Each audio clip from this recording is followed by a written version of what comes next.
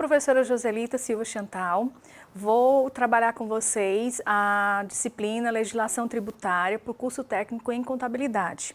Essa disciplina ela é dividida em duas etapas. A primeira etapa, que é a que vamos trabalhar hoje, é Direito Financeiro e Direito Tributário, Princípios Constitucionais do Direito Tributário. O que seria o direito financeiro e o direito tributário? É interessante fazer uma análise geral para o entendimento do direito tributário propriamente dito. O direito financeiro estuda a disciplina, a atividade financeira do Estado e investiga e analisa os fenômenos financeiros ligados à obtenção de dinheiro público. Tem como objetos receita, despesa, orçamento e crédito público. E o que seria o direito tributário? O direito tributário ele é um ramo autônomo que vai verificar a arrecadação de dinheiro público através dos tributos, para então compor o erário e destinar verbas em políticas públicas para alcançar melhorias sociais. Trata das normas de criação, arrecadação e fiscalização das receitas de natureza tributária. Então, o direito tributário, ele tem como base a matéria, o tributo. E o direito tributário, ele se relaciona com outros direitos da nossa legislação, que é o direito constitucional, onde vai estar sendo tratado os princípios, competências, limitações e imunidades. O direito administrativo rege as atividades administrativas, arrecadação e fiscalização. O direito processual auxilia ao regramento da execução fiscal. O direito civil, tipificações dos sujeitos, pessoas naturais e jurídicas. Direito empresarial, as empresas, os empresários como sujeitos. E o direito penal, tipificação das infrações e crimes tributários e aplicações das penalidades. O direito internacional público também se relaciona ao direito tributário. Em que sentido? Na elaboração de tratados e acordos internacionais aduaneiros.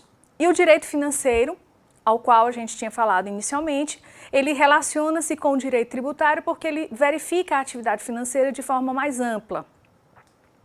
E então, o direito tributário, ele vai estar tratando a matéria tributária e relaciona-se com os outros direitos, como anteriormente falado.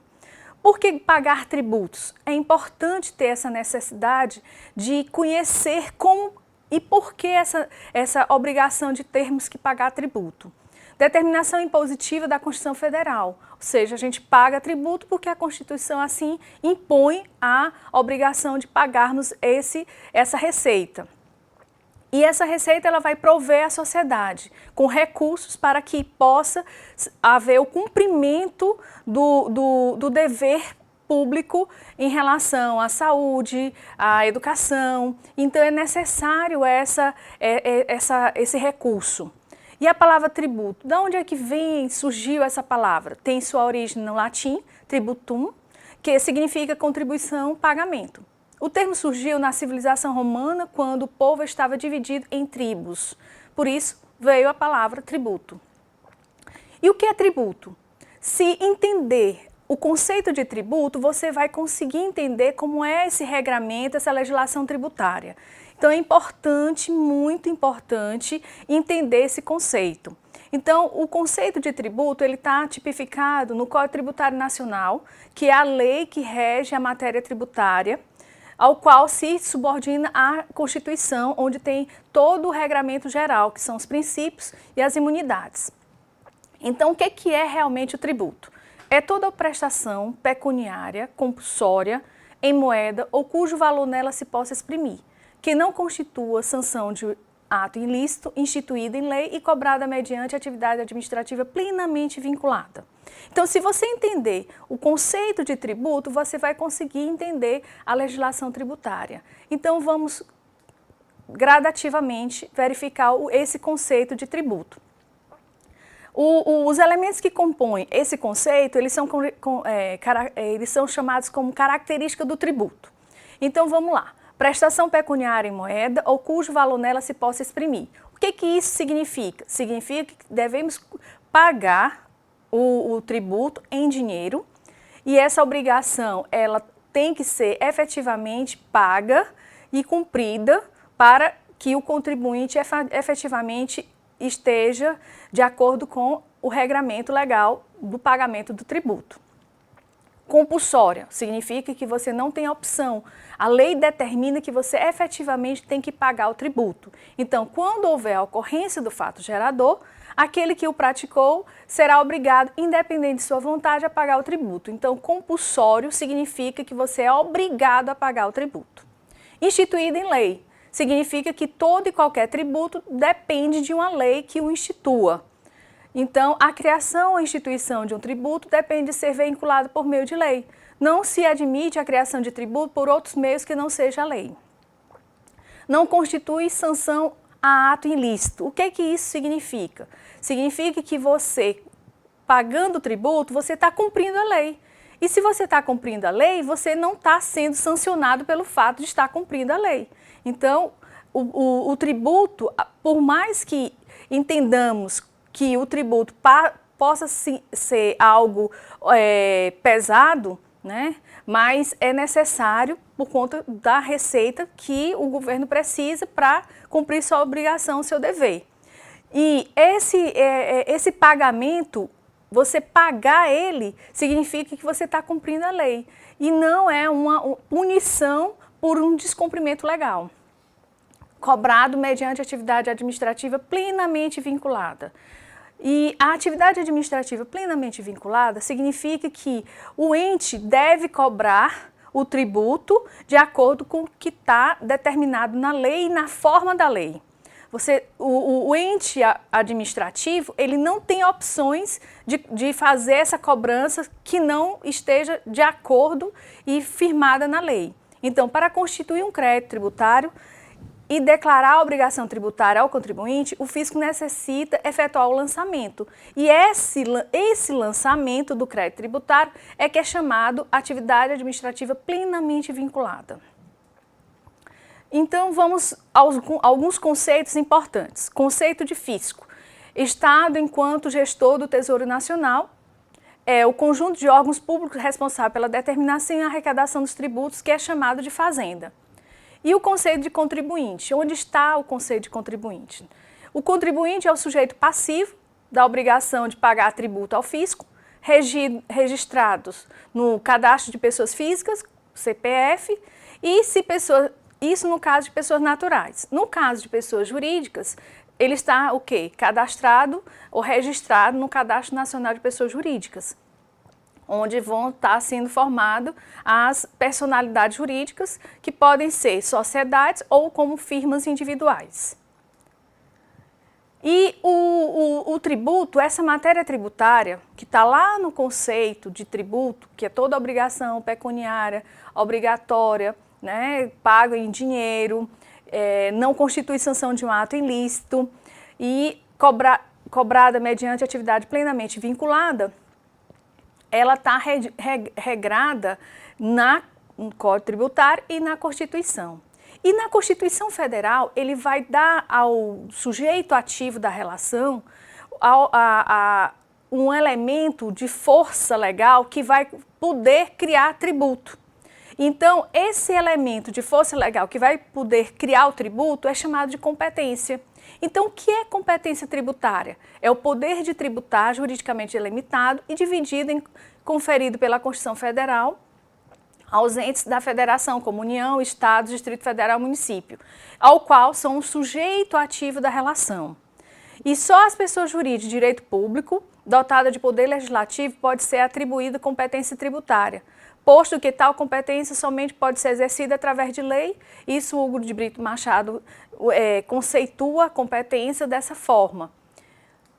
E essa competência, que é um poder de criação de leis que vão regrar a matéria tributária, ela tem várias características. E as características dessa competência é inalterabilidade, facultatividade, privatividade, indelegabilidade, irrenunciabilidade, incaducabilidade. Os próprios nomes característicos, eles identificam o que realmente representa cada um desses elementos que compõem a característica da competência tributária.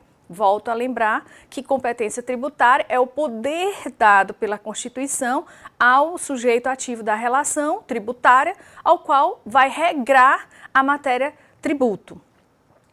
E o que significa inalterabilidade? Significa que eu recebi a competência, ou seja, as pessoas políticas não podem ampliar sua competência tributária. Somente emenda constitucional poderá realizar tal intento. Significa que o ente político, o ente sujeito ativo, União, Estado, Distrito Federal, município, quando recebe a competência colocada na Constituição, ela é inalterável. Facultatividade, outra característica da competência tributária. O ente federativo poderá exercitar ou não sua competência tributária. Ou seja, o ente na Constituição vai ter a competência, mas ele vai usar quando for necessário para ele. Ele não é obrigado a usar essa competência.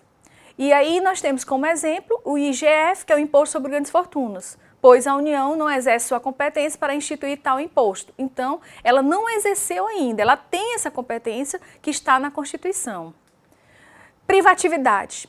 Então, as competências conferidas pela Constituição a determinado ente federativo implicam interdição, negação desse mesmo poder a outro ente federativo. Significa que, se eu recebi, nenhum outro recebeu essa mesma competência dada a mim. E essa privatividade, um exemplo, é a matéria imposto. Cada um ente tem os seus impostos específicos. Indelegabilidade. Não é possível ao ente político que recebeu a competência delegá-la a outro ou a outra entidade.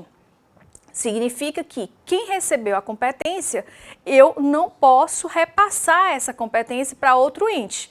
Então, o ente, ele não pode delegar essa função recebida a ele. E um exemplo de delegação que nós entendemos na nossa legislação é procuração. Se você passa uma procuração para alguém, você está delegando para que outro exerça em seu nome algo que você determinou para que ele possa fazer. Então, o sujeito ativo, quando recebe a competência, ele não pode delegar essa competência a outro sujeito. Irrenunciabilidade. O nome já explica quase que tudo, né? Eu não vou renunciar, eu recebo essa competência e eu não posso renunciar a essa regra. Em razão de a competência ser proveniente de uma regra constitucional, mesmo que o ente político não a queira ou dela não se valha, essa atitude não lhe entrega o direito de renunciar à competência. E incaducabilidade. Quando a gente fala incaducabilidade, a gente dá a ideia de caduco. E caduco dá a ideia de tempo. Então, incaducabilidade significa que não vai caducar, não vai perder a competência pelo decurso do tempo. Ou seja, significa que não existe prazo para o uso ou não dessa competência determinada na Constituição ao sujeito ativo da relação. E, além das características da competência, que é importante entender, temos também as modalidades de competência. E aí nós temos a competência comum, privativa, especial, residual e extraordinária. Vamos verificar cada uma delas. Competência comum diz respeito às taxas e contribuições de melhoria, as quais podem ser instituídas tanto pela União quanto pelos Estados, Distrito Federal e município, respeitadas as competências materiais outorgadas pela Constituição para cada ente político. Isso significa que a União tem suas taxas e contribuição de melhoria. O Estado tem suas taxas de contribuição de melhoria. O Distrito Federal e o município também têm suas taxas e contribuição de melhoria. Por quê? Porque em relação à taxa de contribuição de melhoria, é competência comum para cada um dos sujeitos ativos da relação. Privativa refere-se à instituição de impostos. Significa que para cada ente sujeito ativo tem os seus impostos específicos. Então, cada ente político possui uma competência privativa sobre determinado conteúdo econômico, propriedade, renda, consumo, patrimônio, e cada um deles vai instituir os seus impostos. Então, é privativo para cada um desses entes, essa competência. Competência especial refere-se à instituição das contribuições especiais e do empréstimo compulsório. Então, é uma competência tida como especial e que quem tiver essa competência vai estar trabalhando a matéria de contribuições especiais e empréstimo compulsório. Competência residual, ou seja, mesmo tendo todas essas competências, a União ainda tem a possibilidade de instituir novos impostos e novas contribuições sociais, desde que essa criação atenda as seguintes condições. Instituição por lei, que essa lei tem que ser lei complementar, não cumulatividade, fato gerador e base de cálculo diferentes dos impostos já discriminados na Constituição. Então, essa competência residual é dada à União para a criação de novos impostos e contribuições sociais com essas características já informadas. Competência extraordinária. Na iminência ou no caso de guerra, a União poderá instituir o imposto extraordinário de guerra. Por isso que é competência extraordinária, sobre conteúdos econômicos compreendidos ou não em sua competência tributária, os quais serão suprimidos gradativamente, cessadas as causas de sua criação. Se é extraordinária, cessando essa condição extraordinária, cessa também a necessidade de uso dessa competência.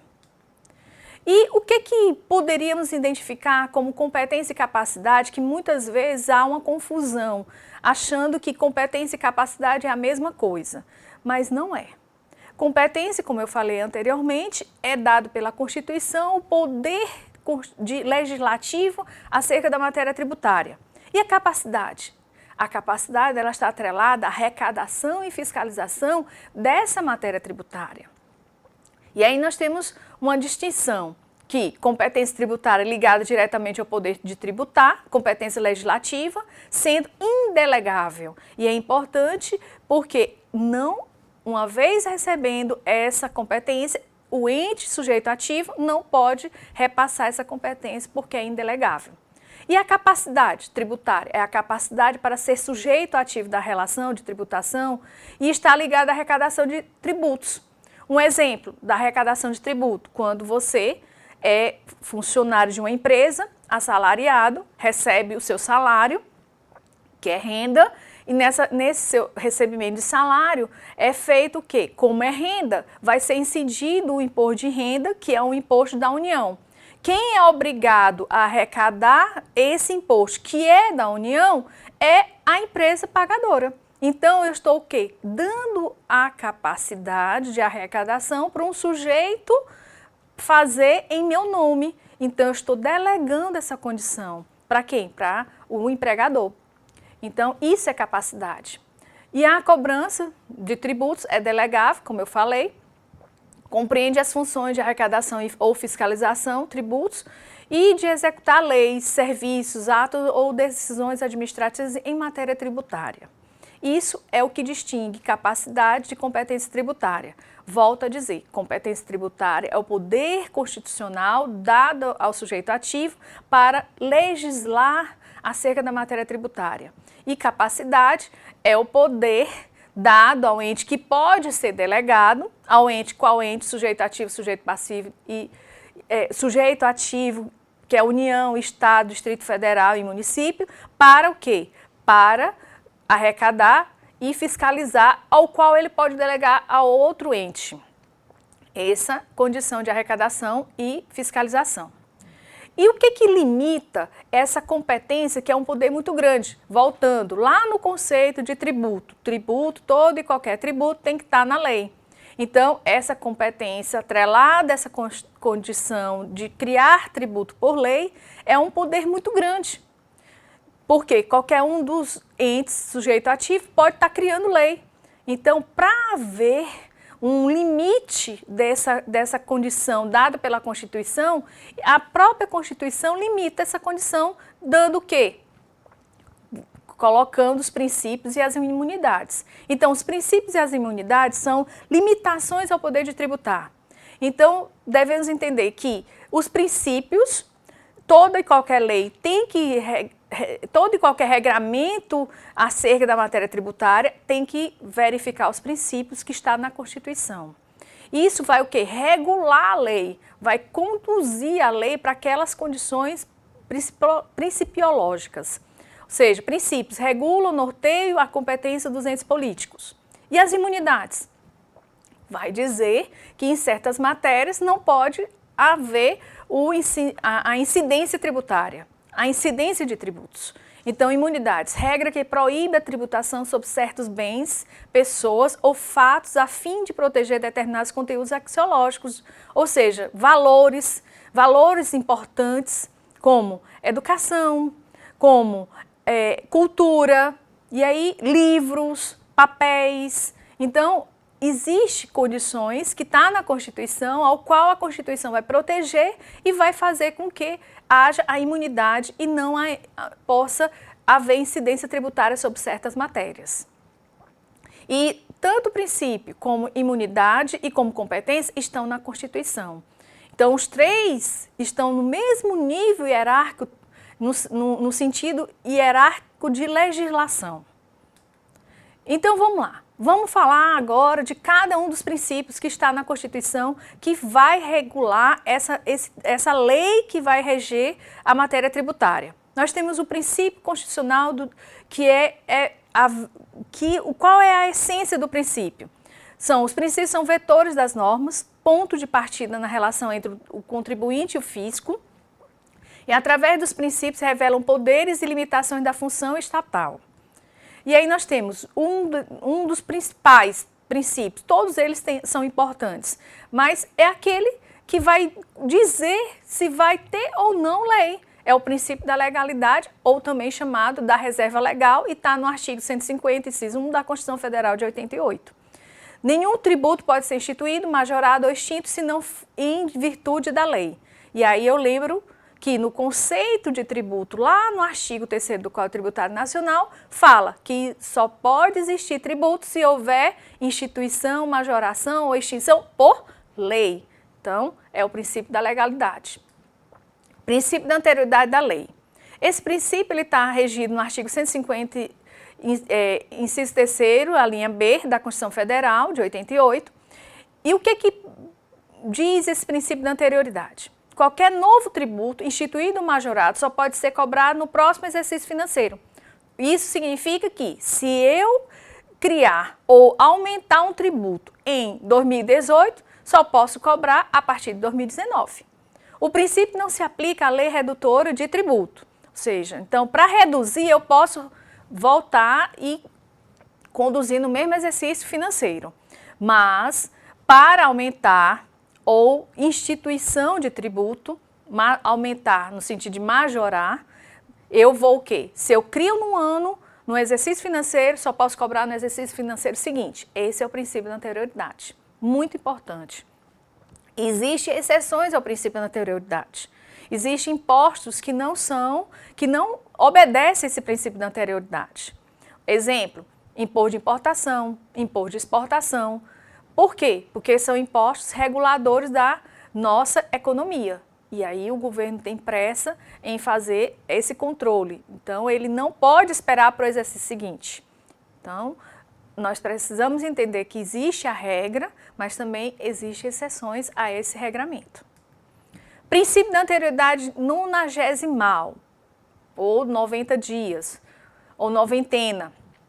Ele está no artigo 150, inciso 3º, a linha C da Constituição Federal de 88, o tributo não pode ser cobrado em menos de 90 dias. Isso significa que foi instituído o tributo, vai ter que passar 90 dias da data da publicação da lei para que possa surtir o efeito. Então, eu tenho que observar os 90 dias mínimos e ainda o exercício seguinte. Por que eu tenho que observar os 90 dias e o exercício seguinte? Porque são princípios constitucionais, para que haja um amadurecimento do entendimento de que vai ser cobrado aquele tributo. Então, é preciso eu ter esse prazo mínimo, mas existe também exceção a esse princípio. Um exemplo a essa exceção, a esse princípio, é o IPI, Imposto sobre Produtos Industrializados. O IPI ele não observa esses 90 dias, ele é exceção a esses 90 dias. Né? Princípio da igualdade, isonomia ou da capacidade contributiva. Artigo 150, inciso 2 e artigo 145, parágrafo 1º da Constituição Federal de 88. É proibido o tratamento desigual entre contribuintes. Tratar os iguais de forma igual e os desiguais de forma desigual.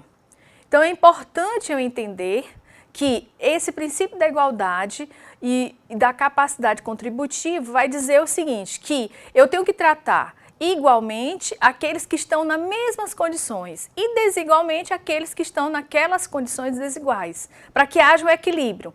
Um exemplo, se eu for cobrar imposto de renda de 27,5% para todo cidadão que adquire renda, eu estaria onerando mais a pessoas que têm mais condição de pagar do que outras que não têm tanta condição de pagar. Então, eu preciso ter faixas de diferenças para que eu possa efetivamente estar pagando e dando condição para a capacidade de contribuição daquele tributo. Princípio da progressividade. Um exemplo desse princípio da progressividade significa que o tributo ele vai ter uma característica, uma progressividade na sua alíquota de cobrança. E aí as alíquotas devem ser graduadas de acordo com a capacidade econômica do contribuinte. O tributo não deve representar uma carga financeira muito alta para o contribuinte. Então, vou ter faixas diferenciadas de alíquotas para ter condições de capacidade de pagamento. Exemplo também, volto a falar do exemplo do imposto de renda, princípio da progressividade para o imposto de renda. Então, nós temos uma faixa de isenção, de não pagamento do imposto de renda, outra faixa cobrando imposto de renda de 7,5%, outra faixa cobrando de 15%, e nós temos faixas diferenciadas exatamente para dar uma capacidade de pagamento desse tributo. Princípio da vedação do tributo com efeito de confisco ou princípio da proporcionalidade razoável não confisco. Ele está no artigo 150, inciso 4 da Constituição Federal de 88. Não se justificam os excessos de instituição que onere a aquisição da propriedade privada. Ou seja, é proibido, é vedado ter tributos com carga tributária tão elevada que caracteriza um verdadeiro confisco. Mas isso na individualização de cobrança por cada um dos tributos. Porque se você for efetivamente calcular todos os tributos que você paga, que o sujeito passivo paga da relação, se somar, ele vai ter uma elevada carga tributária. Mas o princípio ele coloca a vedação no sentido individual de cada tributo, não no conjunto, porque se você somar, você vai observar que existe efetivamente uma carga tributária muito onerosa. Princípio da irretroatividade da lei tributária, ou seja, a lei que institui o tributo vai cobrar dali para frente. Não pode retroagir seu efeito para o passado. E aí, o artigo que identifica esse princípio é o artigo 150, inciso 3º, a linha A da Constituição Federal de 88. Uma lei não pode ser instituída considerando fatos geradores passados. Significa que a lei é daqui para frente, não pode retroagir o seu efeito. Mas existe exceção a essa condição. A exceção é a lei que seja para beneficiar o contribuinte, ou seja, se eu tenho um tributo, uma lei que determina que existe um tributo e que esse valor do tributo, da alíquota, é de 5%, e aí a alíquota foi reduzida para 3%, então, para aqueles que ainda não pagaram e ainda estão nessa condição de não alteração do pagamento, de condição de que possa se beneficiar, o que acontece? A lei pode retroagir para beneficiar essa pessoa. Mas se já passou todas as condições, não é possível mais alterar essa condição dela, então não tem como falar de retroação da lei. Então a lei ela pode retroagir seu efeito para aquelas pessoas que ainda estão na condição de se beneficiar dessa situação de retroação. Princípio da liberdade de tráfico de pessoas ou bens. Artigo 150, inciso 5 da Constituição Federal e artigo 9º do Código Tributário Nacional. O que é que determina esse princípio? É vedado estabelecer tributos interestaduais e intermunicipais que limitem o tráfico de pessoas ou bens. exceções a esse princípio: cobrança de pedágio, conservação das vias e a cobrança de ICMS. Então, se existir uma ponte entre um município e outro, então o município não pode cobrar tributo que faça vedação a essa liberdade de ir e vir. Mas, se for para conservar a ponte, né, para que ela tenha condição de manutenção, exceção, pode-se cobrar pedágio. Princípio da uniformidade de tributo federal. Artigo 151, inciso 1 da Constituição Federal de 88. A União não pode instituir e cobrar tributo de forma distinta ou privilegiada em relação aos estados e municípios. O que isso significa? Significa que um tributo da União, quando instituído, ele tem que ser da mesma forma para todo o território nacional. Ou seja, o imposto de renda de 15% tem que ser para todos os estados da federação o mesmo 15%. Mas pode haver exceções. Em que sentido? Em incentivos fiscais para prover equilíbrio de desenvolvimento econômico no país. Ou seja, a União, ela tem o quê? O imposto de renda com a alíquota de 15%, mas ela pode, para desenvolver a região do Nordeste, as empresas que se instalarem no Nordeste, dar uma condição de favorecimento de não pagamento do imposto de renda por certos anos. Para quê? Para favorecer o desenvolvimento daquela região. Então, seria a exceção a esse princípio. Princípio da uniformidade geográfica de tributo estadual ou municipal em relação à origem ou destino dos bens e serviços. Artigo 152 da Constituição Federal de 88. Não pode haver diferença na cobrança de tributos em razão de sua procedência ou destino. Ou seja, eu não posso cobrar um tributo porque ele vai para o Maranhão, porque ele vai para o Ceará. Não posso. É vedado. A exceção é o ICMS, porque o ICMS ele tem alíquotas diferenciadas por cada estado, até porque é um imposto privativo, de competência privativa estadual, e todo estado vai instituir suas alíquotas inerentes ao ICMS. Ele é exceção a esse princípio da uniformidade geográfica de tributos estadual. Princípio da vedação de instituição de isenção pela União de impostos dos demais entes federativos. Artigo 151, inciso 3º da Constituição Federal de 88. A União não pode instituir isenções nos âmbitos de competência estadual e municipal, ou seja, a União ela só pode isentar aquilo que é de sua competência. Os outros entes também só podem isentar aquilo que é de competência estadual para o estado e municipal para o município. Princípio da vedação de criação de impostos federais novos, cumulativos, ou que tenham a mesma base de cálculo ou fato gerador daqueles previstos na Constituição. O que representa esse princípio? É o artigo 154, inciso 1 da Constituição Federal de 88, e a União em competência residual para, mediante lei complementar, instituir impostos não previstos nas suas competências privativas. Ou seja, é para vedar, haver a vedação de prestar-se a evitar o bis in idem e a bitributação. E o que seria o bis in idem e o que seria a bitributação? O bis in idem é quando nós temos um ente, um sujeito ativo que cobra sobre o mesmo fato vários tributos. A bitributação é quando um mesmo fato é cobrado por vários entes ao mesmo tempo. Então, esses mecanismos devem ser evitados. Agora, eles existem? Existem. No caso do bis in idem, em cima da renda, em cima da importação, vamos melhorar aqui, vamos voltar. Em cima da renda, nós temos o quê? Nós temos o imposto de renda e a contribuição social. 2 tributos da União sobre o mesmo fato, a renda. Então, nós teríamos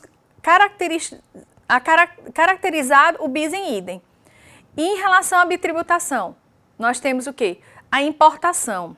Então, o fato de importar produtos, importação, nós temos o imposto de importação, de competência da União. Nós temos o ICMS de competência estadual sobre a importação. Nós também temos o ISS sobre o serviço de importação. Então, nós temos o quê? Nós temos sobre a importação vários entes cobrando sobre o mesmo fato. Então, isso caracteriza a bitributação. Princípio da não cumulatividade do Imposto sobre Produtos Industrializados, IPI, e do Imposto sobre Circulação de Mercadorias e sobre Prestação de Serviços de Transporte Interestadual, Intermunicipal e de Comunicações. E aí nós temos o ICMS. Então, que princípio é esse? Artigo 153, parágrafo 3º, inciso 2, e o artigo 155, parágrafo 2º, inciso 1 da Constituição Federal. Diz que o IPI e o ICMS não podem ser cumulativos, evitando o efeito cascata dos impostos. Então, isso significa que tanto o IPI e o ICMS, eles devem ter a característica de não cumulatividade e vai fazer seu cálculo para que seja computado só em cima daquela operação. Princípio da seletividade do IPI e do ICMS. O que seria o princípio da seletividade do IPI e do ICMS? Significa que a seletividade que se refere à essencialidade do produto ou serviço exige cobrança menor de tributos. Então, existe diferença de alíquotas dependendo da essencialidade do produto. Se for um produto essencial, menor alíquota. Se for um produto menos essencial, maior alíquota sobre esse tributo. Princípio da imunidade recíproca. Significa que veda a cobrança de impostos sobre os entes federativos entre si. Né? Princípio dos impostos quanto ao patrimônio e renda. Esse princípio, na realidade, ele é a própria imunidade constitucional. Que vai o quê? Que vai proibir constitucionalmente da incidência de tributos sobre certas matérias. E nós temos que a imunidade é a não incidência tributária constitucionalmente e que não pode se confundir com isenção, porque a isenção está na lei que cria o tributo e vai dizer que não precisa pagar o tributo. Princípio da imunidade genérica, que na realidade é a própria imunidade, veda a cobrança de tributos quando? Sobre partidos políticos, entidades sem fins lucrativos, templos religiosos, tráfico de bens e serviços, interestadual e intermunicipal, meio de informação, livros, jornais, periódicos, bem como papel para sua impressão. E essa imunidade, ela é conhecida também como imunidade sobre os entes da nossa Constituição, como templos religiosos, né? E tem várias imunidades, porque o que é a necessidade do ente, do governo, proteger certas matérias sobre a carga tributária.